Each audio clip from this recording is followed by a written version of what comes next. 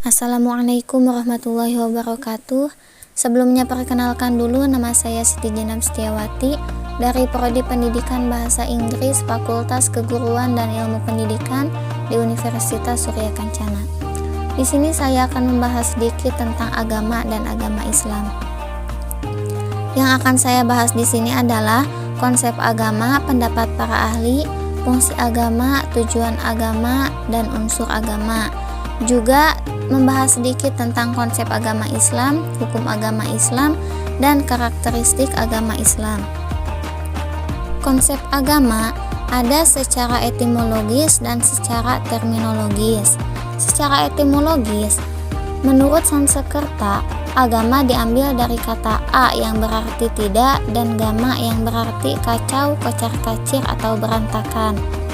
Jadi, menurut Sanskerta, agama itu adalah tidak kacau atau tidak kocar-kacir, tidak berantakan, atau adanya keteraturan dan peraturan untuk mencapai arah atau tujuan tertentu.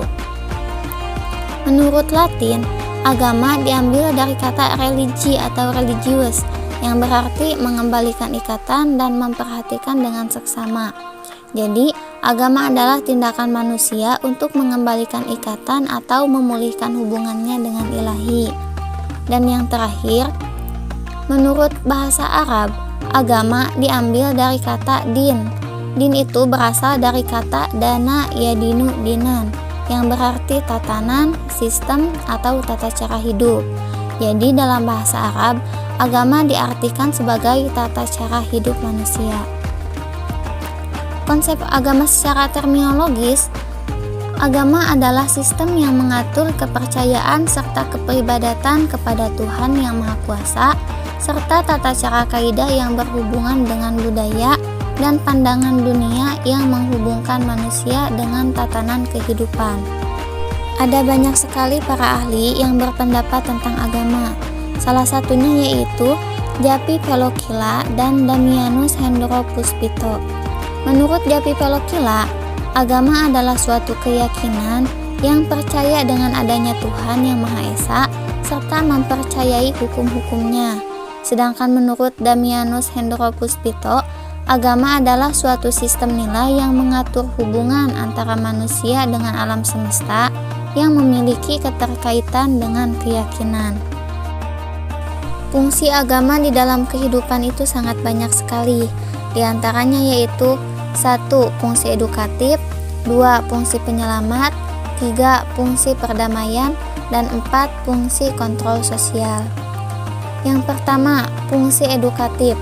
Ajaran agama memberikan ajaran-ajaran yang harus dipatuhi.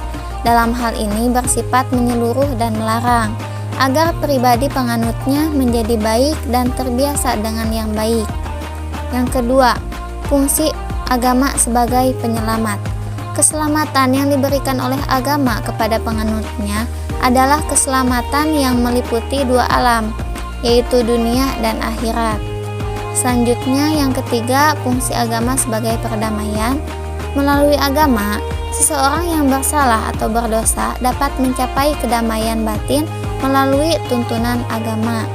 Dan yang terakhir adalah fungsi agama sebagai kontrol sosial. Ajaran agama oleh penganutnya dianggap sebagai norma atau aturan, sehingga dalam hal ini agama dapat berfungsi sebagai pengawasan sosial secara individu maupun kelompok. Sekarang saya akan membahas sedikit tentang konsep agama Islam.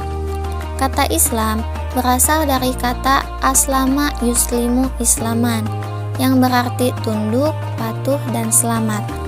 Islam berarti kepasrahan atau ketundukan secara total kepada ajaran-ajaran Islam yang diberikan oleh Allah Subhanahu wa Ta'ala. Islam berasal dari kata asalmu yang artinya damai atau perdamaian.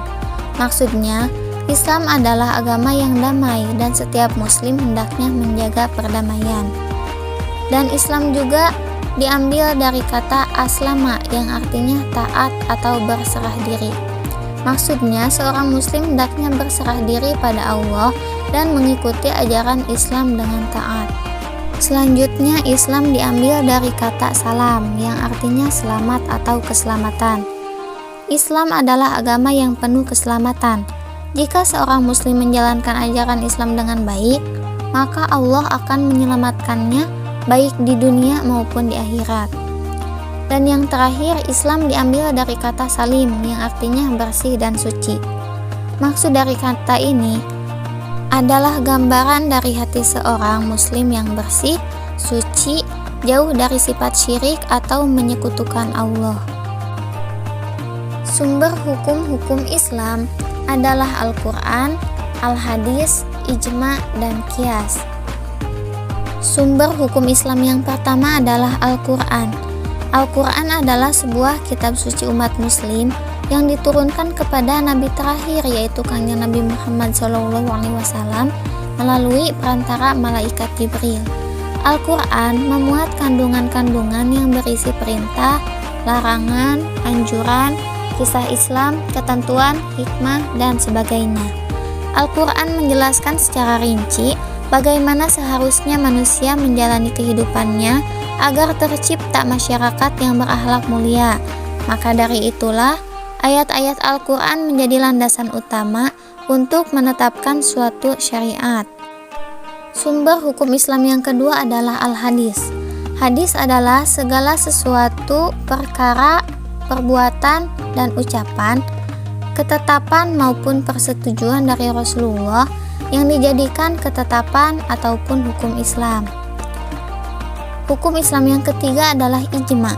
Ijma adalah kesepakatan seluruh ulama mujtahid pada suatu masa setelah zaman Rasulullah, yaitu pada zaman sahabat, tabi'in, dan tabi'at. Sumber hukum Islam yang keempat setelah Al-Quran, Al-Hadis, dan ijma adalah qiyas. Qiyas berarti menjelaskan suatu yang tidak ada dalil nasnya dalam Al-Quran ataupun hadis, dengan cara membandingkan suatu yang serupa dengan sesuatu yang hendak diketahui hukumnya tersebut. Hukum di dalam agama Islam ada 5 macam, yaitu wajib, sunnah, haram, makruh, dan mubah. Yang pertama, wajib. Wajib adalah suatu perbuatan yang jika dikerjakan maka akan mendapatkan pahala, dan jika ditinggalkan maka akan mendapatkan dosa atau siksa. Contohnya adalah meninggalkan sholat yang 5 waktu dan tidak puasa di bulan Ramadan. Yang kedua, sunnah. Sunnah adalah suatu perbuatan yang jika dikerjakan maka akan mendapatkan pahala, dan jika ditinggalkan maka tidak apa-apa. Maksudnya tidak apa-apa di sini adalah tidak akan mendapatkan pahala, juga tidak akan mendapatkan dosa. Salah satu contohnya adalah bersedekah. Hukum Islam yang ketiga adalah haram. Haram adalah suatu perbuatan yang jika dikerjakan pasti akan mendapatkan siksaan, dan jika ditinggalkan maka akan mendapatkan pahala. Salah satu contoh perbuatan ini adalah berbuat zina dan minum alkohol. Yang keempat, makruh. Makruh adalah suatu perbuatan yang dirasakan jika meninggalkannya itu lebih baik daripada mengerjakannya. Salah satu contohnya yaitu makan bawang dan merokok. Dan yang terakhir adalah mubah. Mubah adalah suatu perbuatan yang diperbolehkan oleh agama, antara mengerjakannya atau meninggalkannya. Contoh dari mubah adalah olahraga, menjalankan bisnis, sarapan, dan sebagainya. Karakteristik agama Islam. Karakteristik agama Islam yang harus kita ketahui salah satunya adalah yang pertama, Islam merupakan agama yang sempurna. Yang kedua, Islam merupakan agama rahmatan lil alamin. Dan yang ketiga, Islam merupakan agama tauhid. Yang pertama, Islam merupakan agama yang sempurna. Islam dikenal dengan agama yang sempurna, yaitu sempurna dalam mengatur segala bidang termasuk di dalamnya. Yang pertama, hablum minallah adalah hubungan manusia dengan Allah Subhanahu wa taala. Yang kedua, hablum minan nas, yaitu hubungan manusia dengan sesama manusia. Dan yang ketiga adalah hablum minal alam, yaitu hubungan manusia dengan alam sekitarnya. Yang kedua, Islam adalah agama rahmatan lil alamin. Tanda-tanda Islam sebagai rahmatan lil alamin yaitu orang lain ikut menikmatinya, orang lain terangkat martabatnya, orang lain merasakan faedahnya, siapapun sangat membutuhkannya, dan tak ada satupun orang yang merasa tidak terbantu olehnya. Yang ketiga, Islam merupakan agama tauhid. Tauhid dapat dipecah menjadi 3 aspek, yaitu pertama, bertauhid dalam kekuasaan Allah atau disebut juga rububiyah. Yang kedua, dalam ibadah atau uluhiyah. Dan yang ketiga, dalam nama dan sifat Allah atau asma wa sifat. Mungkin hanya itu saja yang dapat saya paparkan. Kurang lebihnya saya minta maaf. Wassalamualaikum warahmatullahi wabarakatuh.